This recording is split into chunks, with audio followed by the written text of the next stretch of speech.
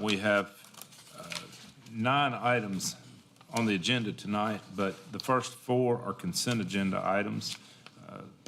I'll read through the agenda very quickly, just for those who might not have a copy of it. We have item number 1, which is surety renewals and extensions for the city of Gallatin. Number 2 is Nichols Place, Phase 3, final plat. Item number 3 is Oxford Station, Phase 4, final plat. Item number 4 is Nexus TN, Phase 1, South, Section 5, final plat. Those are our consent agenda items. And then item number 5, part of the regular agenda, is Sunset Farm rezoning with preliminary master development plan, and that will include a public comment section. Item number 6 is Nexus TN Phase 2 and 3 South, amended preliminary master development plan and final master development plan. That will also include a public hearing. Item number 7 is Northfield Church Phase 1A parking addition, a final master development plan. Item number 8 is Memory Lane Office Complex, a final master development plan. And item number 9 is Westfield Townhomes, an amended preliminary master development plan and final master development plan. And that will also include a public hearing. So before we move into any of the items, let's start with the invocation. Matt, will you do the honor? Let's pray. Father God, thank you for this wonderful day that we can gather and do the city's business. Lord, we ask your blessing upon this meeting and give us guidance. And Lord, just tonight, also want to lift up Jeff Dunham and his family, our airport manager. His wife passed away Sunday night, and just ask that you be with that family as they struggle through their time in need. In Christ's name, amen. Mr. Wilson, will you lead us in the pledge? I pledge allegiance to the flag of the United States of America, and to the republic for which it stands, one nation, under God, indivisible, with liberty and justice for all. Marion, will you please call the roll? Chair Pereira. Here. Vice Chair Harris. Here. Mr. Wilson. Here. Councilwoman George. Here. Mr. Strouser. Here. Mayor Brown. Present. Mr. Morrell. Here. You have a quorum. Thank you. Does the secretary have prior minutes to submit for approval? Yes, thank you, Mr. Chairman. I got the minutes, August the 7th, August 26th. I move we approve. Second. Motion to approve by the secretary and seconded by Councilwoman Eileen George. Any discussion on the minutes? Seeing none, I'll call for the vote. All those in favor of approval of the prior minutes indicate by saying aye. Aye. And opposed? Okay, motion carries. We'll open a public comment on any of the agenda-related items. Please do keep in mind that if your comments are related to items number 5, which is Sunset Farm, it has its own public comment. Item number 6, which is Nexus TN, it also has a public hearing, and item number 9 has a public hearing. You would get a chance to speak at those items, or you can speak at the beginning, either one. Do we have anyone who wishes to speak on any agenda-related item in a general public comment? Seeing none, I'll close the general public comment and we'll move. Oh, I'm so sorry. I wasn't. Yeah, I'm glad I got so skinny you can't see me anymore. Well, you're wearing black. You nice. And my apologies. No problem. Thank you, Chairman Perrier. Pascal Javens, Gallatin, District 3 Councilman. It's related to everything because I want to address open space. On May 9 at City Council, we asked the planner to bring to you our concern about open space and to open a discussion. And since then, I've been coming to every planning and I haven't seen it yet, so I'll bring it to you myself. So I'm sure like that it's done. I have an issue with what we use as open space in our code, because there is no definition for open space in the code. So I think there is an abuse on that. The only definition we have is the definition of common open space. And I know some developers use it on a plan because I see it. I saw it at the Griffin Farm development there. But that's probably the only one I saw using the terminology it's supposed to be. And if I take the definition of common open space, it says there that it's designed and intended for use or enjoyment of the occupants of said development. So my concern of the way I think it's abused is that when I see retention ponds defined as open space, that doesn't fit the definition, because I don't see how a retention pond can be enjoyable and usable, except if you consider that as a swimming pool for the kid when there is water in it. But that's not what it is. So I think there is a loophole there, and that's why, we asked, that got brought to you so we can have a discussion on that and see what you think about it. Because if you look at Sunset Farm, I look at the rendering look fantastic, but again, half of that development is used at open space where a big piece of it is flood zone, so when it's flooded, it's not enjoyable, and they use that to play with the density on the zoning. And I think, again, it's a loophole we should close because I leave too much leeway to do things, or that should be defined in a way that we can, that doesn't leave anywhere wondering what's going on. So we asked the planner to bring it. I think that's a lot of time, and I'm bringing it to you, and hopefully you can open a discussion on that. I appreciate your time. Thank you.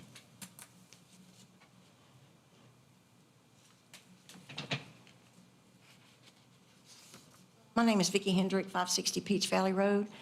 I really sat back there and I thought, I'm not going to say anything because that's all I do is talk when I come up here, and I know everybody's tired of hearing the same old talk. So I have spoken to so many people in Gallatin, and I'm not just focusing on my area. I'm focused on every area. And I got out and drove around the other afternoon, and I thought, where is all our land going to?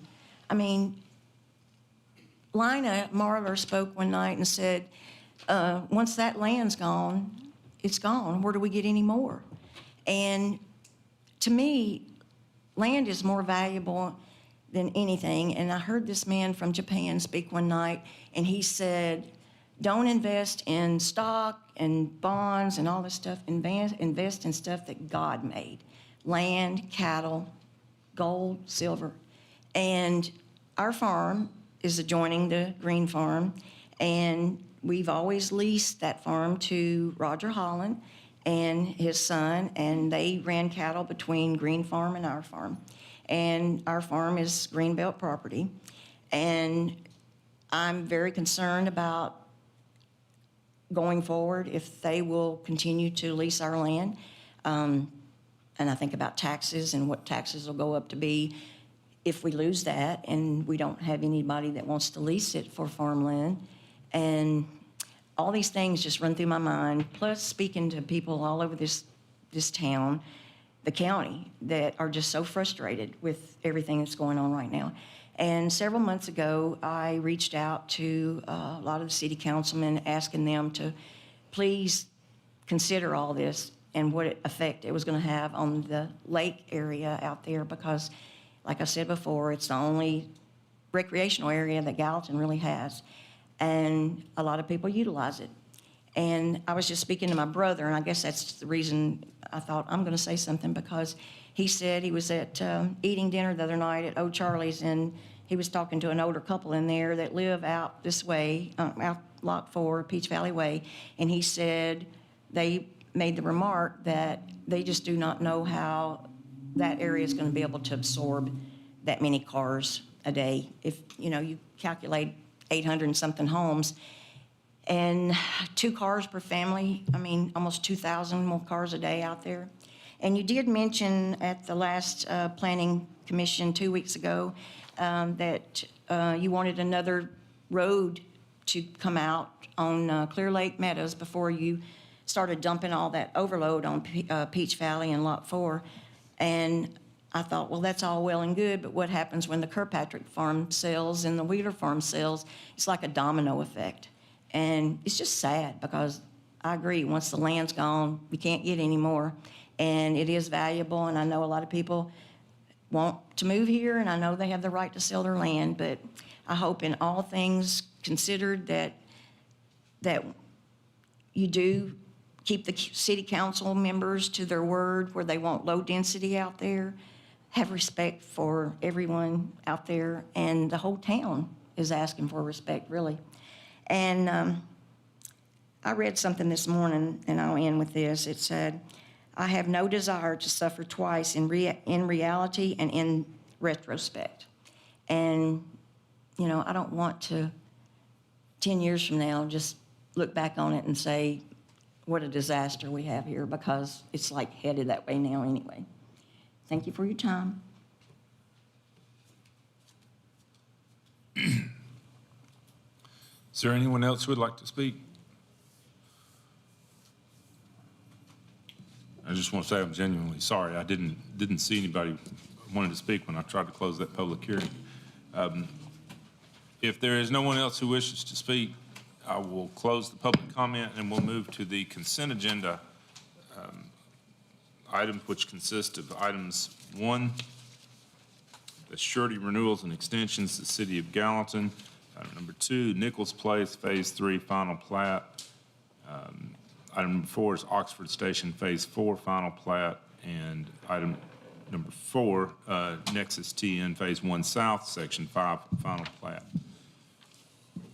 I'll entertain a motion. Hey, Chairman, I would ask you to remove item 4 from the consent agenda. Okay?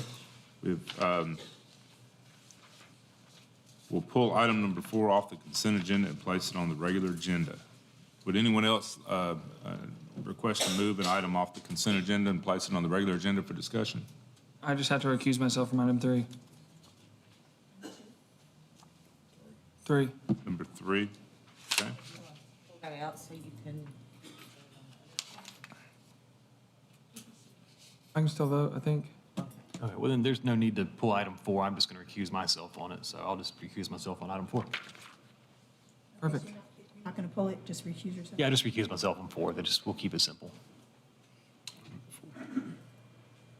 I'll recuse myself on item 4. All right, do we have a motion?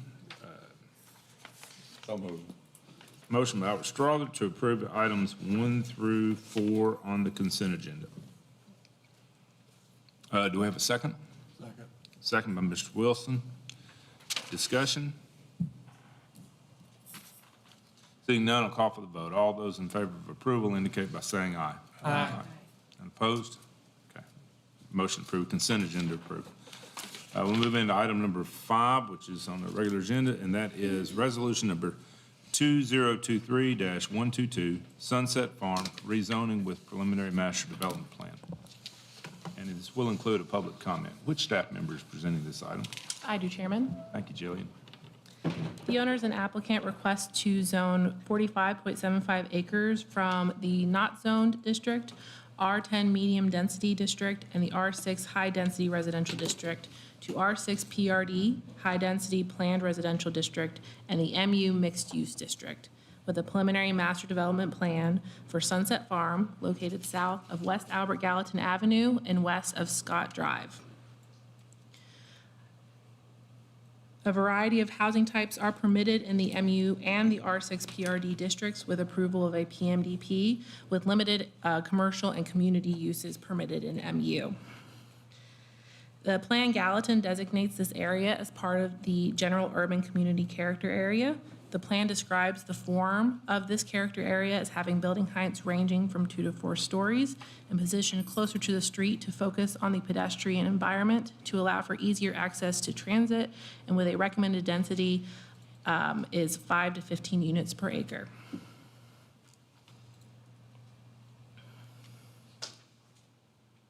On your screen, you'll see our zoning exhibits for the 3 zoning districts that will be changing to the MU and the R6 PRD. The PMDP includes a number of exceptions for setbacks, lot layout, height requirements, and alternative architecture, particularly for the MU district. The PMDP also includes an alternative buffer yard plan. The Planning Commission shall determine if these requests are appropriate for this type of development. The applicant also anticipates this to be a horizontal property regime development strategy, which affects these things, the lot size, lot widths, and setbacks, and is a basis for the consideration of exceptions. For an HPR, the lot requirements will be applied to the entire lot or lots and not individual units. The plan overall provides 54% of the property as open space, with approximately 18.8 acres of that being in floodplain. That is along the creek specifically. You'll also see how this plan is in relationship to our future greenway along the east side of the Nexus development. There is plans for a proposed pedestrian bridge to connect the Sunset Farm recreational area to the Nexus development. And then on your screen, you can see their open space plan showing a number of amenities with fitness stations, an amenity center, a dog park, walking trails, and it does include stormwater. And you'll also see on this plan, the applicant is requesting the inclusion of street trees within the 5-foot grass strip within the public right-of-way. This emphasizes the walkability and pedestrian scale of this type of development. Please note there is a condition on the resolution about accommodating street trees with an 8-foot grass strip per a recommendation from our engineering department, which we have discussed with previous plans before. The development will be comprised of 355 residential units of varying sizes within both proposed zoning districts. These include a live-work and a upper story flats, a commercial lot for a proposed daycare, and various recreational amenities. It represents a density of approximately 7.75 units per gross acre. They did provide us some height transitions. You'll see that the taller buildings, which they're asking for a height of 45 feet, for those 3-story buildings will be more towards the creek in the interior of the site, while the edges of the site will be more of the 1- and 2-story buildings.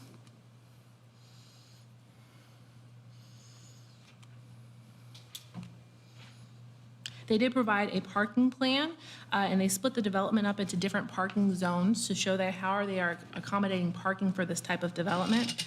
They will be provided through surface parking, parallel parking, and garages predominantly within this plan.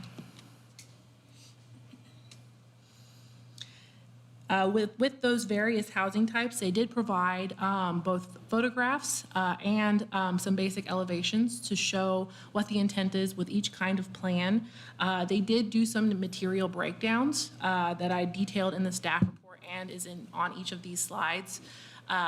They are showing predominantly masonry materials and hardy board are their primary materials, and they will not be using any vinyl siding for this development.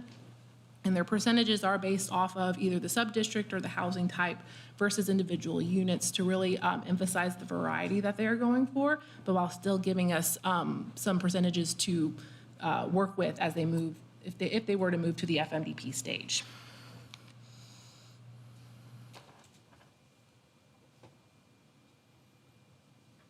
With this item, there is a public hearing to be held, and following a recommendation from the Planning Commission, this item will go on to City Council for review.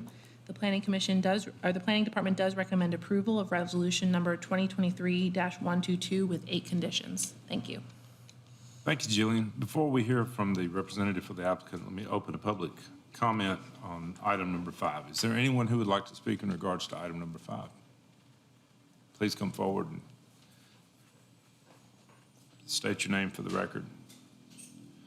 Good evening, James Fenton with the Economic Development Agency, and I'm not here necessarily to advocate for housing. That's not what I do, but I do recognize that this is the type of development that we spent a lot of time and energy putting in Hatton Track Extension. West Albert Gallatin for. But I'm here because of the fact that in speaking with the developers, they did agree to go ahead and put space up front for a daycare, which is sorely needed here in this city, continue to have a shortage of that, as well as put additional commercial up front and some mixed use. And I think that's a very positive aspect of this development. Thank you. Thank you, James. Is there anyone else who would like to speak in regards to item number 5?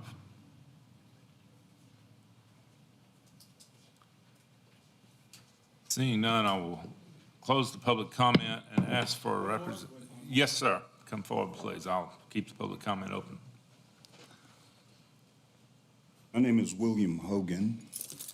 I am a resident of District 5, and I have been there since I started the 2nd grade in what is now the B.J. Hall Memorial School, STEM school. It was Union Elementary then. My father brought us to town so I could go to school there. When I graduated in 1970, it was the end of segregation in this city. I decided to stay. I built my property over on Lincoln Drive in District 5. My property is adjacent to Sunset Farms. I think it's a wonderful thing that this project is coming into our community, because for years we've had no growth over there, hardly at all. I'm appreciative of what they've done as far as the quality of work they're presenting to us. We've checked out some of their work and we see that their quality speaks for itself. We sincerely hope that we won't be forgotten with all this wonderful progress being built up all around us. We have Blessings Way on Bly. That's one side of us. We have Nexus on the other side of this great project, the Sunset Farms. And we're in the middle. We really don't want to look like a tattered piece of cloth sewn to a newly tailored dress or suit. We'd like to be considered as well, because there's some things in our community that's going to be affected by this wonderful growth that's coming from the Sunset Farm project. One of them in particular comes off the new addition of the Albert Gallatin Road there. We already have the school there that has a lot of traffic. For the students are brought there by their parents, and they are left there, and they're picked up in the evening, and they come early. And our streets are not really adequate to handle the kind of traffic and the kind of safety needed for people to walk on the streets when they park at those special events that the school has, and they're well attended to the point where all of our streets are almost covered with cars. We don't have any walkways. All we're asking is that in this wonderful moment of progression, and we appreciate the growth that is there being placed before us, because we've seen their work and we've talked with them. We think it's a good thing. But we don't want to be forgotten and left there as we are now, because we don't have the control that we need over our streets. Our streets are really busy, and they're not safe at all. In fact, I'd like for you to check them out if you have any question about what I'm saying and see for yourself. But I think the project is good, but we want to be considered for the traffic is going to be an increase. There's no doubt about it. And we can't hardly handle the traffic we have now. And it's not safe for people to be parking their cars out there, walking with their children on the streets, when there could be a sidewalk. We don't have sidewalks. And another thing, I'm glad about this project because it lifts a veil off of the area. My wife sold some property April of 2021. And on the deed, it had on there, this property in District 5 is designated for colored only, AKA Negro American. That's all that was allowed to build in that area. And it looks as though it was just left, a part of the city that was forgotten. But we're still there, and I'm glad now that the veil is lifted and the property goes to more than just Negroes. It's open to whoever can afford to buy it. So I support the plan, and I am a member. I don't speak for everybody in my neighborhood, but my property runs right up against it, and I do have some say about that because I am involved. Thank you very much for your time. Thank you, Mr. Hogan. Well said. Is there anyone else who would like to speak? Anyone? At this time, seeing none, I will close the public hearing and ask for a representative for the applicant to step forward and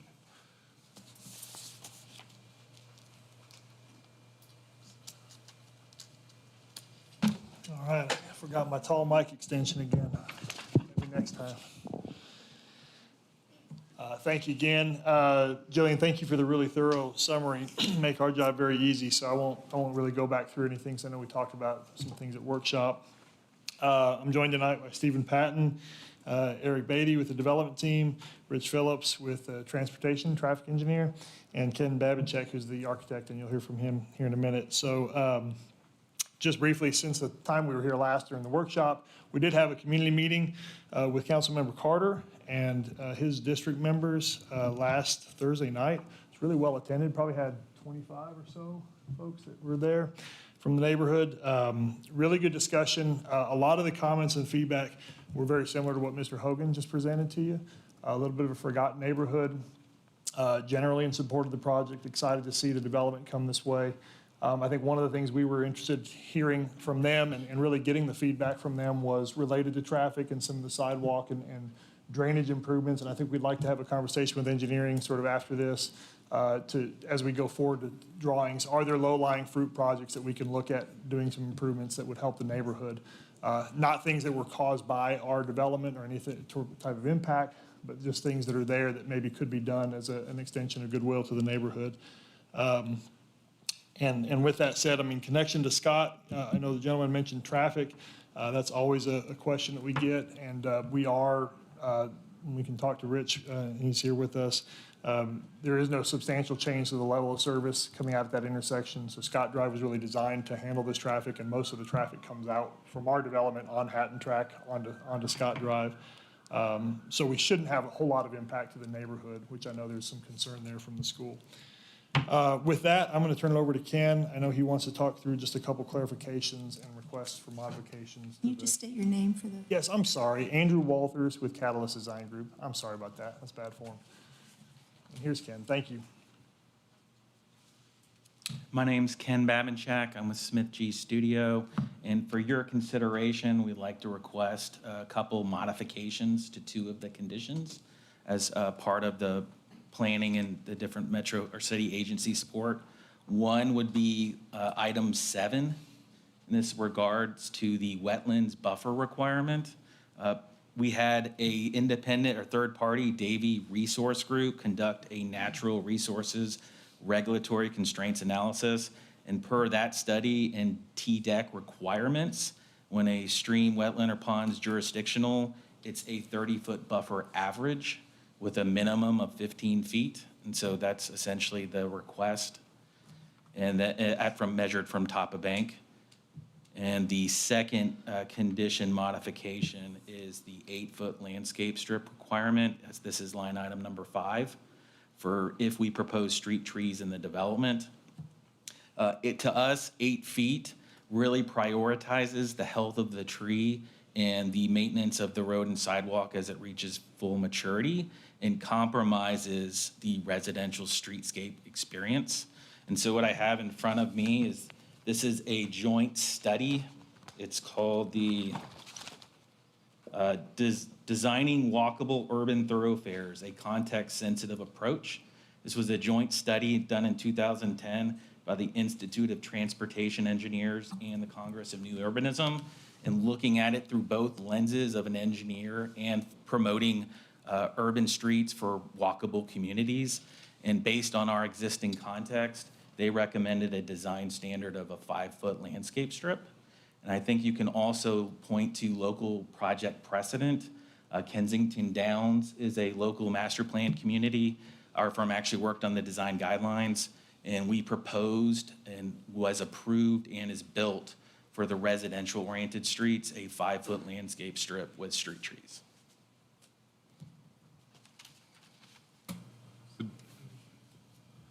just so I can clarify your request, I understand your request on number 5. On your request on number 7, are you asking that it be a 30-foot average rather than a 30-foot minimum? That's right.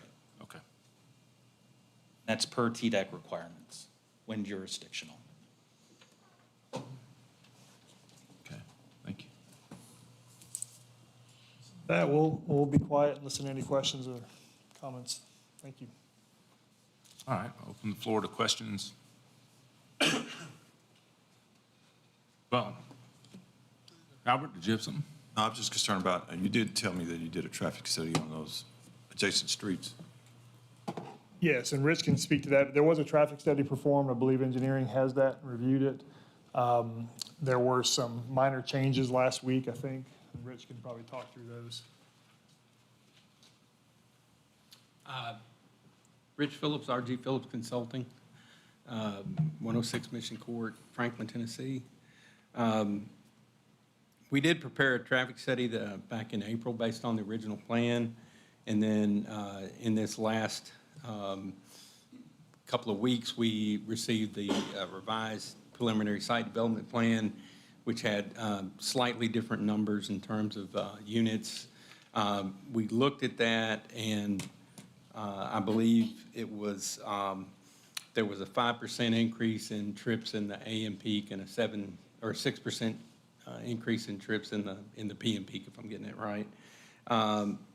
And we looked at that and compared it to the levels of service in the traffic study. And for example, the northbound left turn from Scott onto West Albert Gallatin Road in our traffic study said a C of 15.0 seconds. And after we looked at the new numbers, it was a C in 15.3 seconds. So it was a very slight change. It was not significant. So all the levels of service remained the same as what was in our original study. So actually, we just prepared a letter and sent that to Nick actually last Friday. And our conclusion was that there wasn't a need to update the traffic study this time. Phillips, in your traffic study, does it designate in your model what percentage of the traffic from this development will ingress and egress this out of Scott Drive versus what percentage will make its way kind of filter through the rest of the neighborhoods? It does, and I accidentally closed the PDF, so hold on just a second.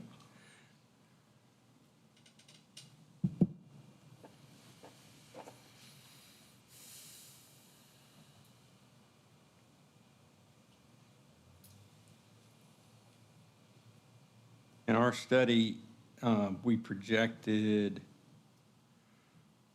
whoops, going the wrong way. It's nice not to have to print everything, but it's a little harder to find.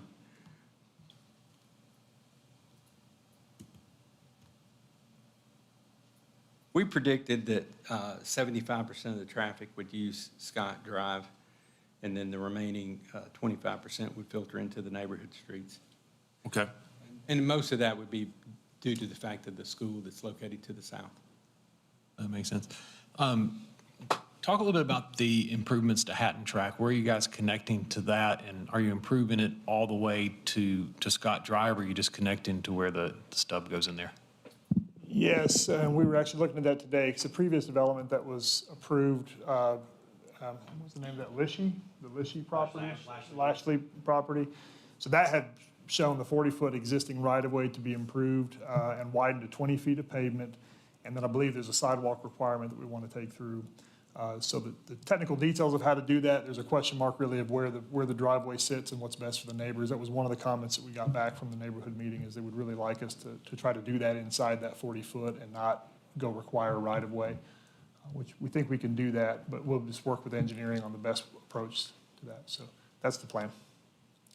Brian, are the streets like Scott Drive and the rest of those, are those generally 20-foot wide streets in that area? Well, they have to be 20 feet to meet the fire code. I think probably Scott is probably 24, if I had to guess. Yeah, but what is it once he gets down into the existing residential area? Probably 20 or smaller. That sounds right. I drove through there a couple different times in the last few days, just trying to get a feel for what was over in that area, and it was actually a little bit nostalgic. It reminded me a lot of the neighborhood I grew up in, East Nashville. We had the neighborhood school in there, and it was kind of tucked back in, and the traffic can get bad when school's letting out. But I mean, I mentioned it during the work session. I'll back up a little bit. I think the development you guys are proposing is really a good-looking product and brings a need to that part of town. The egress and egress through that existing neighborhood is my biggest concern. So, and getting those folks out of your development and out to the Albert Gallatin extension without it really causing a negative impact on those existing neighbors. I drove through there today at 1:30, so before school got out, and just making around those 90-degree turns, I had to stop 2 different times in my truck just to let cars come by because you couldn't make the turns, just with the traffic that's already there. So I think to Mr. Hogan's point, there's some things that probably could be done to help out with that. And I don't know what the answer to that is, but it's a lot of additional traffic to go through an existing neighborhood with no sidewalks. I mean, these are a lot of gravel driveways, and like today was trash day, so it was a little bit different because the trash cans were all out. I went through on Friday, and it was a little bit different, but I just want to make sure we pay real close attention to how the traffic's getting out of the neighborhood and drive as much of it directly to Albert Gallatin as possible. So, the kids who are in that neighborhood playing on the streets, they don't have sidewalks, can't ride their bikes on the street anymore. And that's what I experienced growing up as a kid. The area I grew up in that started developing a little bit around it. And, we had very, very similar. I say it was very nostalgic going through there because it reminded me of being a kid in my little neighborhood. But, it got to the point that, my mom wouldn't let us ride our bikes on the street anymore because the traffic was so bad. So I want to see great things come to this part of Gallatin, but not be a negative impact. I think we can pull that off. We just need to figure out how to do it. So, which goes back to, I guess, my comment during the thing is, I don't know if you guys if there's a way to buy right away, or if there's a way to get more of a direct access onto Albert Gallatin to funnel that traffic, that'd be a big deal. That was my major concern in regards to the traffic study, futuristic, because once school is in, and then in the summer months, the children are, when you increase the neighborhood, naturally you have children that are playing on the side of the street and this sort of thing. So, their safety is one of our concerns. Yeah, and I mean, that echoes some of the comments that we received from the neighbors. And I think one of the things that gives us comfort is knowing, again, 75% of our trips coming out on Scott, really not going through the neighborhood, so to speak. The other trips are dispersed from 2 different entry points or access points there off of Lincoln and off Hubert. So we do have stop controls as part of the traffic study recommendations at both those new intersections. And when you're talking about this number of trips, it's pretty minor. 25% of the number of trips in a peak hour is still pretty small for this size of development compared to the number of cars that go through a neighborhood like that. So, I believe the traffic study says 25%, but I'm concerned when the traffic starts backing up Scott Drive to get in Hatton Track, people are going to start looking for another way out, and they're going to start going through there. So, It's human nature. People don't like the sitting traffic, so they're going to try to take the quickest way out possible, and they're not taking into consideration to the children in the neighborhood. And I think engineering, when we talked at work session, there's no plans to signalize that intersection coming out at Scott, is there? That is correct. Yeah, so I mean, if you think about it, as the traffic builds up with all the development around it, Albert Gallatin's gonna get busier and busier. It's gonna be harder and harder to get out of there and just coming out of a stop sign. So again, I like the development. I think there's a solution to it, but I'm concerned we're gonna create a problem. Yeah, I applaud the development. I think it's great, but our concern is about the citizens that reside within the neighborhood, and then with the addition of the incoming persons. Well, I share your concerns about the traffic on these small streets. Do you have a motion or an amendment or a condition to add that would address those concerns? I want to hear what the mayor has to say first. Oh, I didn't know you were asking. Oh, I was just going to offer a few things. First of all, I did want to acknowledge the comments that were made. I thought your words were lovely. Is he still here or is he gone? He left. His words were lovely and eloquent. And I wanted to communicate, that the Blythe Street project is progressing. And so there are plans in that neighborhood to improve Blythe Street greatly. And I'm already aware of some other improvements that are happening associated with that.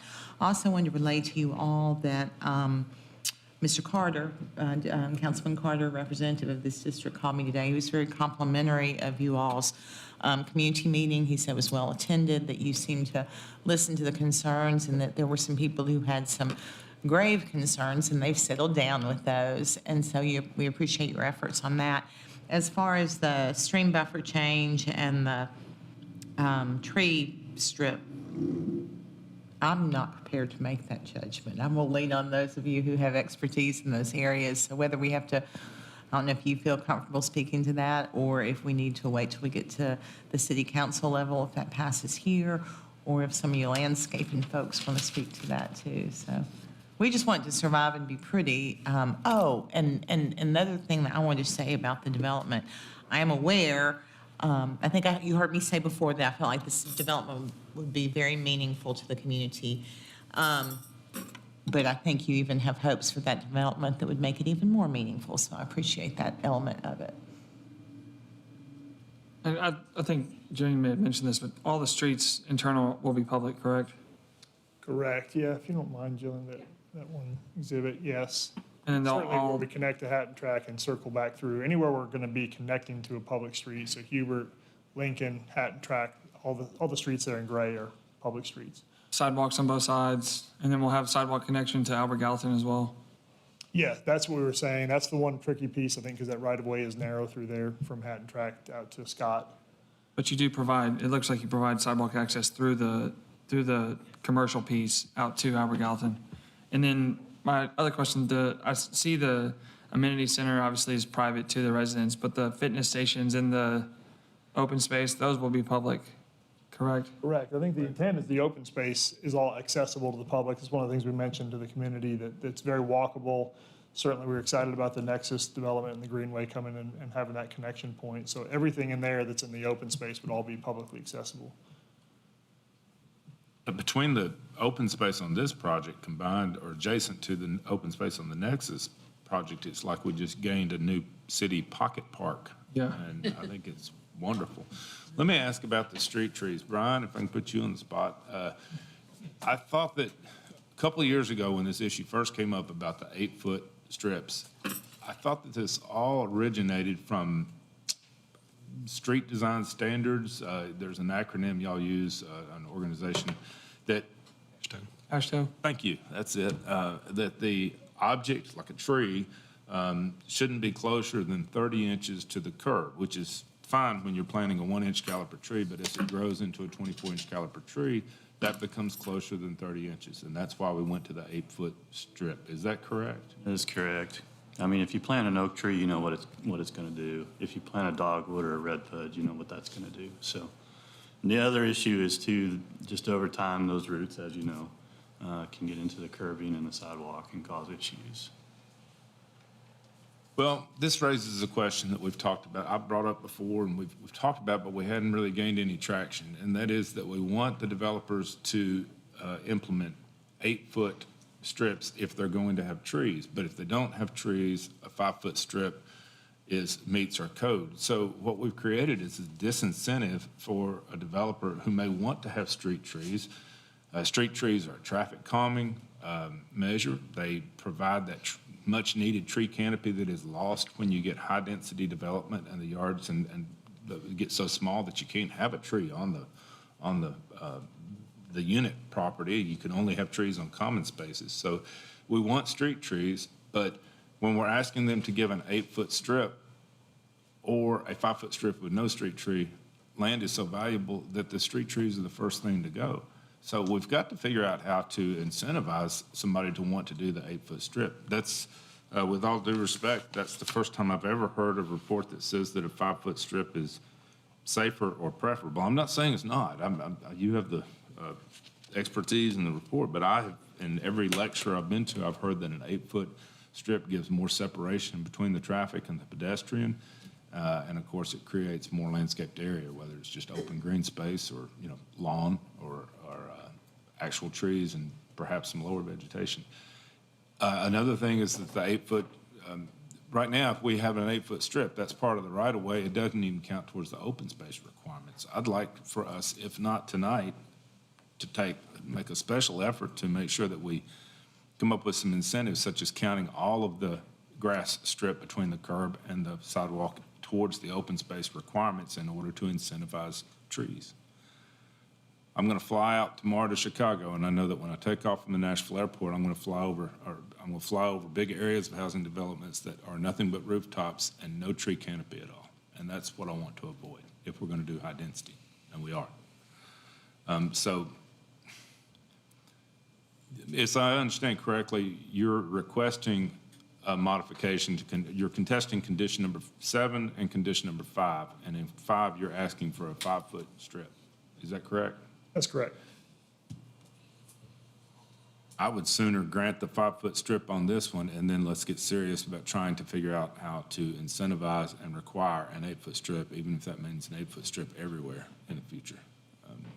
I would tend to agree. I think that the street trees would be a huge proponent for this development. And in a way, the street trees, even when planted and once they grow, they actually, one could argue they provide a traffic calming measure because it helps, somewhat condense the road. I know we can get into ASHTO standards, but I think that the addition of the street trees would take this development to the next level, and I think that if you remove them, it wouldn't be the same development. I can even argue, it would take me a while to find this, but I'm sure that I can find the documentation that states that a street without street tree canopy is a heat island effect, and the average temperature can be as much as 10 degrees hotter in the whole area. So it's functional as well as aesthetics. But I really don't want to see the street trees go away on this property right here. I don't either. I don't either. I'll tell you what we could do. If you remove this condition, we can address this again at the FMDP and identify specific species which may be more appropriate for a 5-foot planting area versus maybe a huge oak that will get. I think that's wise, Bill, because the big issue we run into is when people put the wrong species of tree, and you put a pin oak in a 5-foot grass strip, and then 30 years later the sidewalks in the street are having problems, and you're taking the trees out. Yeah, look at Kennesaw Boulevard if you want to drive through. Oh yeah. No, I could. There will be a hold harmless agreement, correct, on these trees? Correct, and liability insurance. Okay. Works. Mr. Chairman, the other option might be to make it a private street. That will at least take away the responsibility of maintenance if there is some root damage. Just an option. But if they're private streets, that could also become gated, correct? True. Yeah, and that I don't want, because I want to make sure that this community, Mr. Hogan really spoke eloquently. I want to make sure that this community has free access to the Gallatin's newest pocket park along this area. As far as item number 7, I don't know how to comment on that. That's outside my realm as well. I believe that might be part of the stormwater ordinance, and I don't think that can be. Well, I can speak somewhat to that. As far as it averaging he's correct. As far as averaging the 30-foot buffer, you are allowed to do that per TDEG requirements, especially if they've gone through the study and they've confirmed and provided concurrence on the fact that it's only a 30-foot buffer. Is there no minimum anywhere? Well, the Minimum is 15. absolute minimum is 15. Minimum's 15, average of 30. But you're not, them going down to 15, they're not losing, they have to make up that amount elsewhere. So essentially, they're going to, in some areas, it's going to be more than 30 feet to make up. They basically have to go through and quantify the area from top of bank to a true 30-foot buffer that gives you X amount of area. And then whenever they average, you have to equal or be above that. So it's just like floodplain, a floodway removal in Somewhat, that yes. place. Compensatory, yes. In theory, you could have 15 feet on one side of the stream and 45 feet on the other and still be compliant. It's actually, it's same side. I was on the same side? It's on the same side. If But I in remember a correctly. wetland, it would all be the same. Well, okay. Right. Yes. It gets kind of weird, but that's true. And we'd be open, Brian, don't let me steal your thunder, we'd be open to punting that. We just didn't want to get pigeonholed that if we had an HC that came Yeah. back, that we had to do the 30 when they would allow us to. Well, do and 50. normally where you end up getting into issues is near thoroughfares. So up near Albert Gallatin, they likely are going to have to average up there just to help fit everything in, is what I'm And I assuming. think the specific area that we were looking at is around the wetlands and the pond feature that is the main focal point of the amenity area. In some of those areas, those type of boundaries haven't been firmly established enough to know exactly that the roads would not have to move. So we would appreciate the flexibility to be able to work inside sort of an averaging component. So if we can table that to FMDP and sort of remove that condition, that would help us, because the way it was worded was strictly saying we had to go to 30. Are you having to get an ARAP to do the stuff around the ponds? Yes, the Hatton Track, as it loops around, there is a section that's a stream that leaves the pond and goes to the creek. If that's the case, I'm more than comfortable with revising the condition. Should the condition be revised to allow our stormwater department to verify? I mean, look, you're an expert, CJ, but should the condition be revised to allow our stormwater department to verify that what we're doing is not in a violation of the TDEC stormwater requirements? I mean, you do this every day. I don't want Yeah, I to mean, question you, You can but just revise it to be compliant, make sure it's compliant with TDEC standards. Yeah, I like that better. how would you word it? How did you word it? That the stream side buffer be compliant with TDEC standards. Well, that was simply put. Yeah. And then my Right, question they write the on, rules, so my question on I'm not an condition, engineer.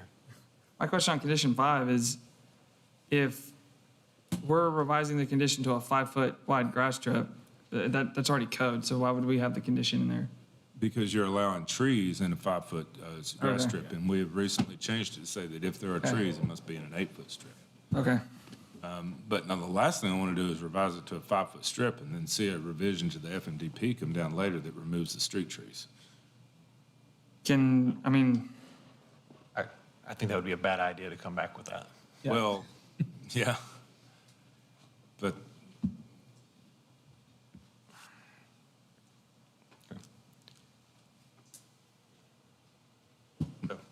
Back to my road question, one real quick, Don. What's the right-of-way on Street A, your kind of main thoroughfare that comes through, that connects Hatton Track back down to Lincoln Drive? All new public streets will be 60-foot right-of-way. 60 And that's on one of the streets, thank you, Jillian. Yeah, there you go. So every street there in gray is going to be the new public street. So Okay. obviously, when we get down to where the 40-foot right-of-way on Hatton Track exists, we'll have to taper that down and work inside of the confines. Okay. Is there any way possible to figure out how to make that road the same width and get the sidewalks all the way to Scott Drive? Because my concern is when that narrows, it's going to essentially become a traffic calming element. It's going to encourage the traffic to go somewhere else. Make sure I understand what your question is.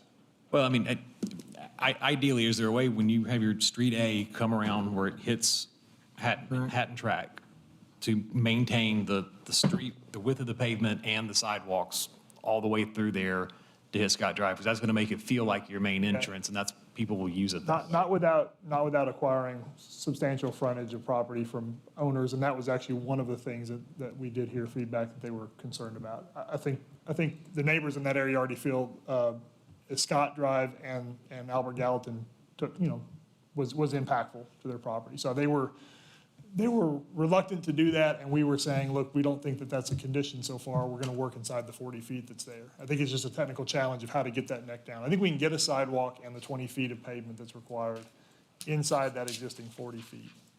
Okay. That's our intent. Okay, and your road, your Street A it's a 20-foot road with sidewalks? You're saying that the pavement width's the same? No, I'm saying the new section where we don't have existing right-of-way and we own the property on all sides, we're going to a 60-foot right-of-way for all the new roads. When we come into those constrained conditions where the existing right-of-way is narrowed down to 40, we're going to be taking our road into a 20-foot section with a sidewalk to match up to Scott Drive, so that we don't have to go and grab property from neighbors to accommodate a 60-foot section that goes all the way to Scott. Yeah, I think, I don't think I'm looking for a 60-foot right-of-way section. But what's the width of the pavement on Street A? The existing width on Hatton Track? Is that No, what you're when you build your new road, how wide is it? Two 12-foot lanes and 8-foot parking spaces, so 40 feet total of pavement, where there's But a parking it's a section. 24-foot lane plus the sidewalk essentially. Yeah. So you need another 10 feet at least on one side. I think he's looking to make it seem like the established entrance versus both Yeah. of them being equal and people choosing one over that, choosing them because they're the same, whereas if you can establish it as this is our grand entrance and you want to come in I here. understand. Exactly. On Hatton Track? On Hatton Track, because the Making that way it work out looks there. now, Hatton Track is going to, in my opinion, it's going to look like the back entrance to the development, not the main thoroughfare to get in and out, Sure. which promotes the traffic to utilize Lincoln, Hubert, and Scott Drive, moving through the existing neighborhood more so. If we could figure out how to get that traffic to prefer coming out Hatton Track to Scott Drive, then it keeps the bulk of your traffic more direct to Albert Gallatin and out and has less of an impact on the existing neighbors. We can look at that. I don't know if you have any comments about that. I mean, I think we can, it's public right-of-way, so we'd be not able to do signage or anything like that to any development. But I mean, I think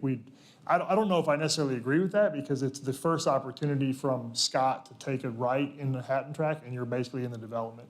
If you stay on Scott all the way down, you would get into Hubert and then have to take a right or left there. So you're much longer path of travel to sort of get into the development that way than it is just to take a right into Hatton Track and you're in. Does that make sense? I mean,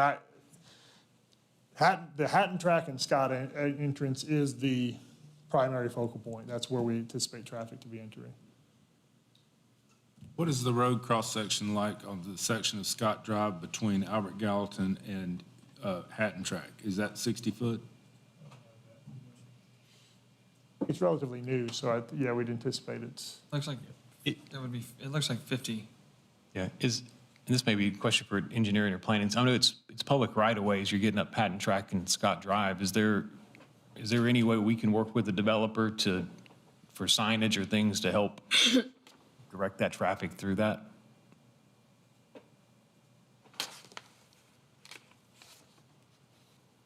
Sorry, I was trying to measure. I just took it as a no. Yeah, do you see where We wouldn't allow any commercial signage off-site to direct people to, say, the daycare center or some other commercial activity within the project at the intersection of, let's say, Scott and Hatton Track. Yeah.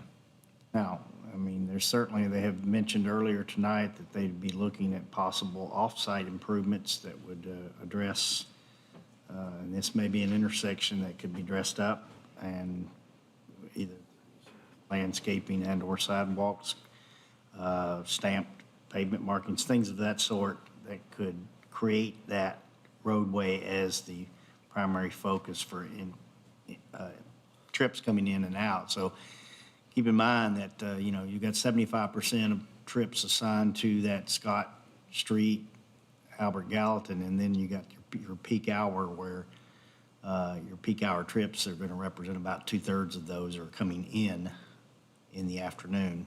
Yeah. Only 1/3 going out, so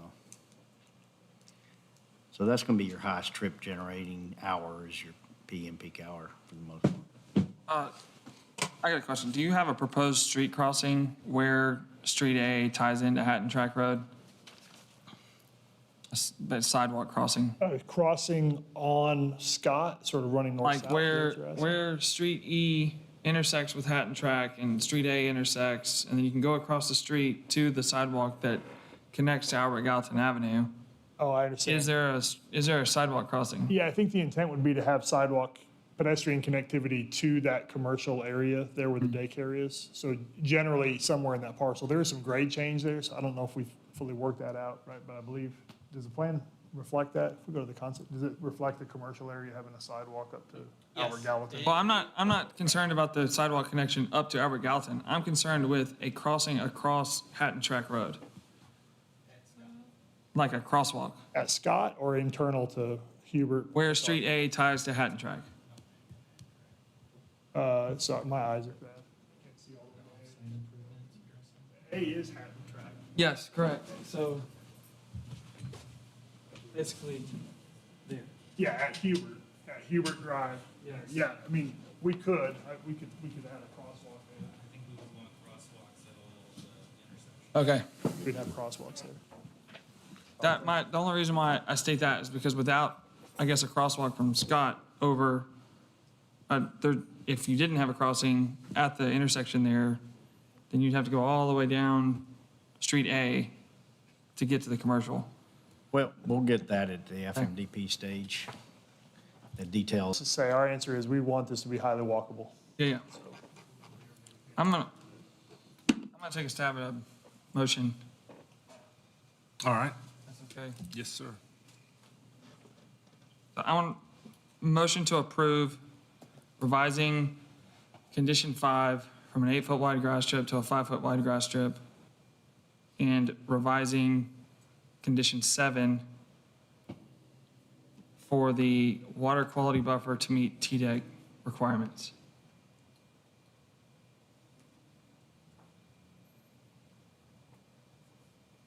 Second.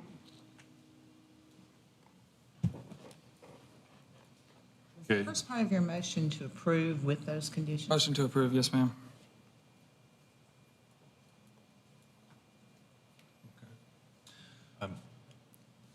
I'd like to propose just an additional condition, if anybody would entertain it, just for my clarity. I'd like to propose an additional condition that the Street A, the width of Street A be 24 feet all the way to Scott Drive, with the sidewalk connecting at a minimum on the north side of Street A to make the connection up to Albert Gallatin. I'll second that amendment. Is that doable? I thought that, Well, I would tell you, and we don't have a street view slide, but I would tell you there's some very mature trees that are on the south side of Hatton Track Drive. There's a small drainage ditch and some very mature trees. And even at 20 feet, we were already concerned about losing those. At 24, we'd definitely be losing those and having to look at, they may be in the right of way, more than likely. Oh, I'm sorry. We have a motion on the table. Sure, I'm sorry. Yes, sir. And I did second it. It's for discussion up here. I'm sorry, that was my fault, I asked. It's okay. That's okay. No, I understand there may be challenges figuring it out, but my concern, and again, I think that the product that they are proposing to bring is really good. It's, don't take anything negative of that. But having grown up in neighborhoods that were like this and having lived it, it's going to be a problem. And this is our chance to just make sure that we get a good road connection to pull that traffic through. So I understand it may be a challenge to pull off, but it's there. And if they can't figure out how to do it and they come up with an alternate that's really good, then we have the option to revisit it later. But if we don't make the ask today, it's not coming back. So do we have to vote on that amendment? You would have to vote on the amendment. Let me clarify. There was a motion to approve the plan revising conditions 5 and 7, and then there is an emotion to amend that motion. Yes, that's correct. Amend the motion Require adding, a street 24 feet wide for Hatton Track west of Scott Drive and a sidewalk. a sidewalk at a minimum side of the street? on the north side. I'd love to see it on both sides, but a minimum on the north side to make the connection. Okay, gotcha. Let me start with the amendment, the added amendment, which we'll call condition 9, which I'm going to allow you to restate it, because I'm going to mess it up in translation. I know what you're wanting, but state it exactly as you had that amendment stated. No, so it'd be amendment to the motion, condition 9 would be that Street A maintain the 24-foot roadway width with it, and include the sidewalk on at a minimum the north side all the way to Hatton Track, connecting to Scott Drive. Okay, and that motion was seconded by me. That amendment was seconded by me. Any discussion on that amendment? Okay, call for a vote on the amendment. All in favor of number 9, as Matt just stated, indicate by saying aye. Aye.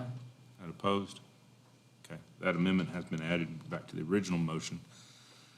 I would like to add an amendment to your motion. Yep. Making it, Amendment to the amended motion? yep. And that is just to add the words to the end of that condition 5. You said you changed condition 5 is to allow for 5-foot strips. I just want to get it in the record on the minutes, is to add the words, in order to accommodate the proposed street trees. Just adding at the end of it, in order to accommodate the proposed street trees on the plan. I'll second your amended motion to the amended motion. Okay. Any discussion on that? Okay. Call for vote on that amendment. All in favor of that amendment to condition 5, indicate by saying aye. Aye. Opposed? Okay. Now we're back to the original motion made by CJ and seconded by who knows? Who was it? Me. Thank you. That's George. Any further discussion on that? Nobody wants to add an amendment? Okay. All right. Then I'll call for the vote. All those in favor indicate by saying aye. Aye. And opposed? Okay. Very modified, the motion approved. Thank you.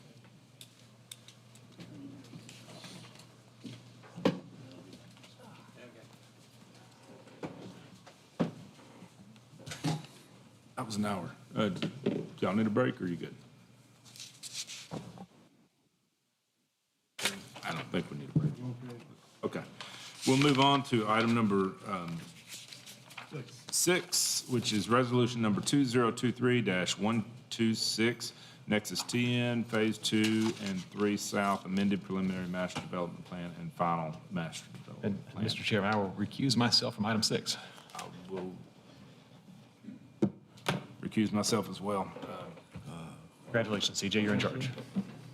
You need a What's the public second hearing, too. John did. Yes. Go ahead, Val. Val Martinez, planning staff. The owner and applicant are requesting approval of an amended PMDP/FMDP for the Nexus Phase 2 and 3 South. This FMDP includes 559 residential lots, 36 open space tracts, and 11 private right-of-ways on 192.42 acres. The property is zone R8 PRD. The reason for this amendment is because the applicant is looking to relocate 20 lots that were removed from Phase 1 and shifted over to Phases both 2 and 3. Phase 2 includes 320 lots on 103.2 acres, and Phase 3 will include 239 lots on 89.23 acres. This is some of the proposed architecture, and this map shows you some of the changes from the PMDP to what it looks like now. Planning staff is recommending this to be a minor amendment and approves with 8 conditions. Thanks. No public hearing, correct? It is a public Oh, it's public hearing? Okay. If anyone from the public would like to speak at this time, you can. Seeing none, I'll close the public hearing, and if there's a representative from the applicant, they can come forward.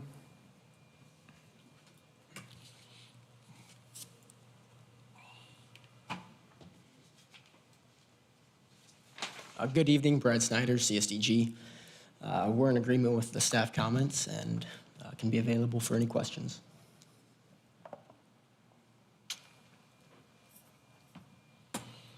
There's no change to the overall density of the PMDP? Okay, Same density. okay. The only comment I have is I like the fact that all the houses, or at least 90% of them, back up to open space.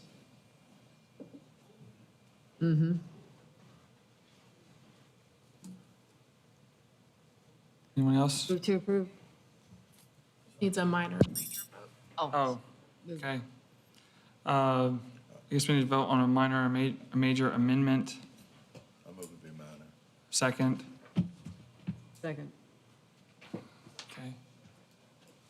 All those in favor of a minor amendment, say aye. Aye.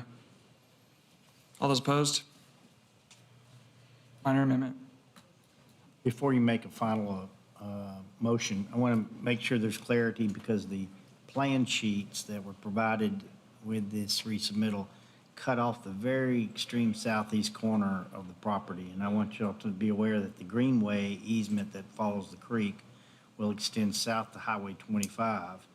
And we also want to ensure that there's adequate area to include a sidewalk from that greenway easement from the creek, which is their east boundary line, to their west boundary line or adjacent to the plans that have already been approved for the estate-type lots. So it would come to that west boundary in the southeast corner of this open space tract, or southwest corner, I guess, open space tract A2, to Okay. allow for that sidewalk to be built on the north side of Highway 25 eventually. So is that a condition? It's, because it's cut off, I can't tell if it's actually there or not on the plans. Was it in the original FMDP? I believe so. You allude, We can, I can't remember exactly if it was on the original PMDP, but we can make that work. do we need to make that a condition?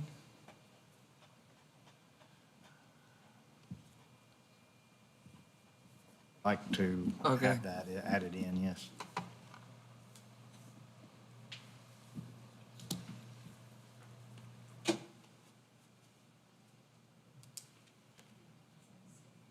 Make it a condition. Motion. Number 9 condition. Yes, sir. No. Number 9? Okay.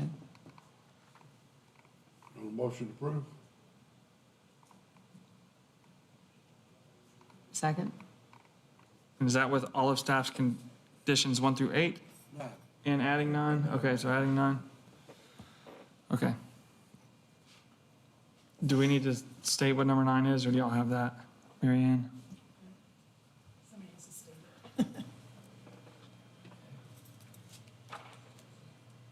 Okay, so to state, I'll take a stab at this.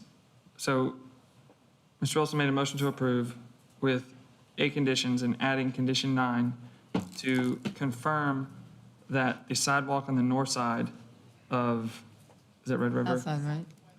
Southwest side? Southwest side of side Tract A, of Tract A, adjacent to Highway 25. adjacent to Highway 25, connects to the sidewalk in front of the estate lots. Okay. Is that enough?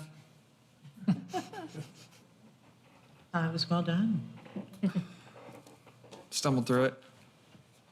Okay, any more discussion? All right, all those in favor, say aye. Aye. All those opposed? Motion approved. Thank you.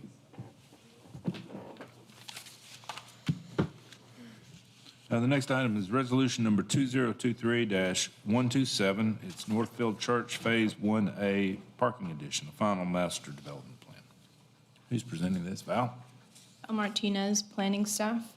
The owner and applicant are requesting approval of a final master development plan for the Northfield Church Phase 1A parking. This FMDP includes the addition of 114 parking spaces on the north side of the property. Planning staff had minimal concerns and recommends approval with 4 conditions. Here you can see the addition just south of the playground that was just approved. Thanks.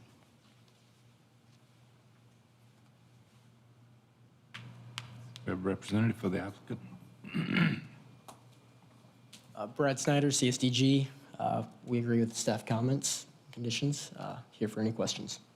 Open the floor to questions. I don't have any questions. It looked pretty straightforward. Second. We have a motion to approve by Albert with the 4 conditions, staff's 4 conditions, seconded by CJ Morrell. Any discussion on the motion? Seeing none, I'll call for the vote. All those in favor indicate by saying aye. Aye. And opposed? Okay, motion approved unanimously. Item number 8 is resolution number 2023-128, Memory Lane Office Complex, a final master development plan. Emily Lang, staff planner.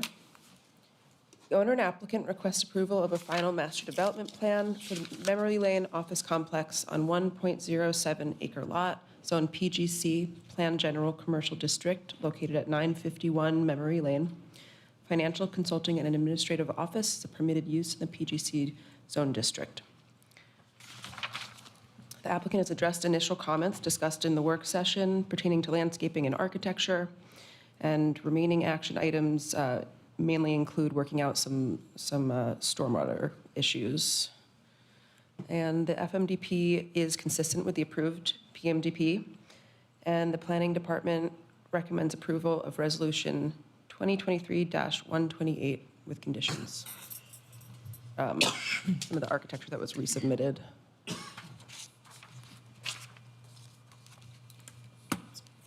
All right, thank you, Emma. Do we have a representative for the applicant?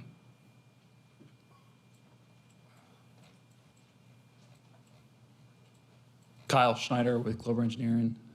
Yeah, I mean, we agree with everything. There was a couple conditions left. Like Emily said, kind of minor engineering stuff. But happy to answer any other questions. Thank you so much for the architectural changes. Yeah, yeah. I appreciate that. I have no further comments on the architecture. Okay, any further discussion? Motion to approve with all staff comments. Second. Motion by C.J. Morrell, seconded by Matt Harris to approve with staff's, any conditions? I'm looking it up. 8. Thank you, 8 conditions. 8 conditions. Any further discussion? Well, that's, okay, let's slow down. There's 10 conditions?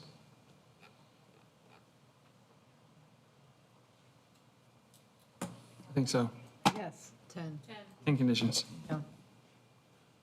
Motion to approve by C.J. Morrell, seconded by Matt Harris to approve with staff's 10 conditions.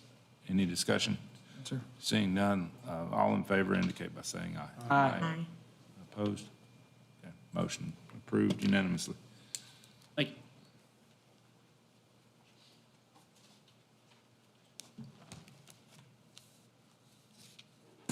I'll call the next item after I scroll to it. Hang on. All right, item number 9 is resolution number 2023-129, Westfield Townhomes amended preliminary master development plan and final master development plan. And this will include a public hearing. Emily Lang, staff planner. The owner and applicant requests approval of an amended preliminary master development plan and final master development plan for Westfield Townhomes with 73 attached units on 10.42 acres, zoned MU mixed-use district located east of Big Station Camp Boulevard and south of Oakfield Boulevard. Townhomes were approved as part of the Westfield preliminary master development plan, and multifamily dwellings is a permitted use in the MU district. The applicant has requested approval of an alternative architecture plan, as the architecture does not meet the 70% brickstone requirement. There are other similar exceptions within the Westfield development, and the Planning Department recommends this be considered a minor amendment and recommends approval of resolution number 2023-129 with conditions, and there will be a public comment. At this time, I'll open a public hearing. Is there anyone in the audience who would like to speak in regards to item number 9, Westfield Townhomes amended preliminary master development plan? Anyone at all? Seeing none, I'll close the public hearing and ask for a representative for the applicant to come forward.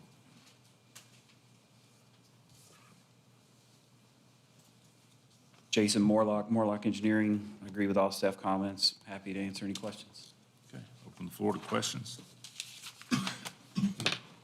Yeah, question. Condition 3 references vinyl siding. I guess it's maybe a question for planning staff. Did we authorize vinyl siding throughout the rest of Westfield, or is this new to this section? I don't recall that we did. I can't remember. I don't know if, like, some of the homes, like, they still met the 70%, but they could use vinyl. I don't think they restricted vinyl in Westfield, but Okay. I don't remember that. It's been a long time since we've done that PMDP. Got it. So, But I think, like, the apartments, I think those were mostly hardy. yeah, that's what I thought. And they're only, I guess, the exception to the 70% is only on the front and rear elevation. The sides, I believe, are 70. It's a very small portion. Yeah. Yeah.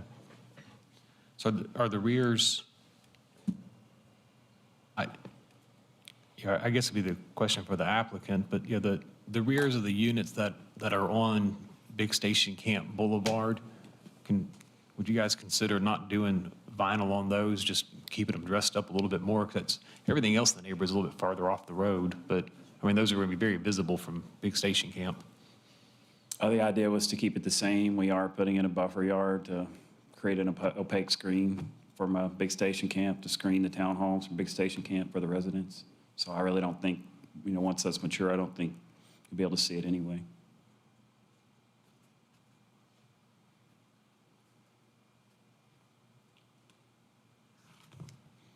But the number of units, did that change from what was previously approved? It's all the same? It's exactly the same. Okay.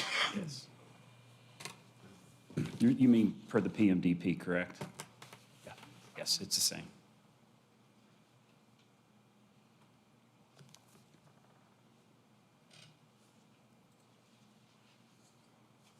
I'll make a motion that it's a minor amendment.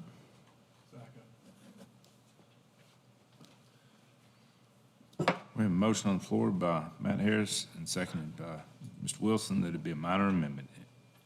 Any discussion on that? All in favor of being considered a minor amendment indicate by saying aye. Aye. And opposed? Okay, it is a minor amendment. Back to the item at hand, entertain a motion. A motion to approve with staff's 8 conditions of approval. Second. A motion by Matt Harris to approve with staff's 8 conditions and seconded by Councilwoman George. Any discussion? Not seeing none, I'll call for the vote. All those in favor of approval indicate by saying aye. Aye. Opposed? Okay. Motion approved unanimously. Thank you. Thank you. All right, other business.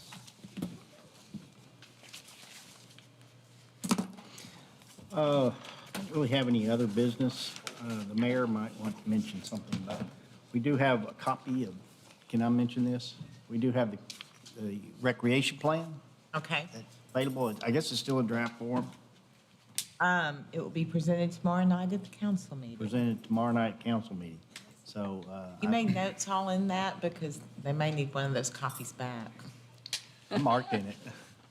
I'll use yours I then. marked in, I'm still marking it. Of course you did. Who prepared the plan? What is that called? It's the city's recreation, Parks and Recreation Master Plan. Yeah, who prepared it? It was prepared by Wold. Okay. So I guess it's going to council first, and so might be a good idea to have the planning commission endorse it, but that's okay if it goes straight to council, I guess. Bill's the only one that's seen it besides me. What do you think? Pardon? Think. I'm still going through I it. withdraw that question. I'm still going through it, so I just. I went through all that. Okay, well then I want to add another business. I would request that we add to our next work study session an item to discuss the section of our code about this 8-foot grass strip and street trees, and spend some time to determine how to incentivize rather than disincentivize the developer to have the street trees included in an 8-foot strip. I don't want to come up against the next one and establish yet another precedent of let's just do it in 5 foot so that we get our trees. Can we? Why can't it be an either or? 8 feet if you don't have trees, 5 foot if you do. No, It's 8 the foot. opposite now. Yeah, right now it's 8 foot if you're going to have trees, but if you do away with the trees, you get 5 feet. And with the way that land is so valuable and every inch is so important that the trees are the first thing to go. And by the way, if they give 8 feet, that 8 feet doesn't even count towards their open space requirements. So everything is disincentivizing the developer to want to put the street trees in, even if they really have a desire to do so. Yeah, I can tell you, I will support that. Okay, well then, we need to, can we add that as a item and put it at the end of our next work session? So, because we can spend some time on that. Engineering, please weigh in on that with the, That sounds great, Mr. Chairman. okay. Any other business? Any announcements? Motion to adjourn? Motion to adjourn, seconded, and I'm sure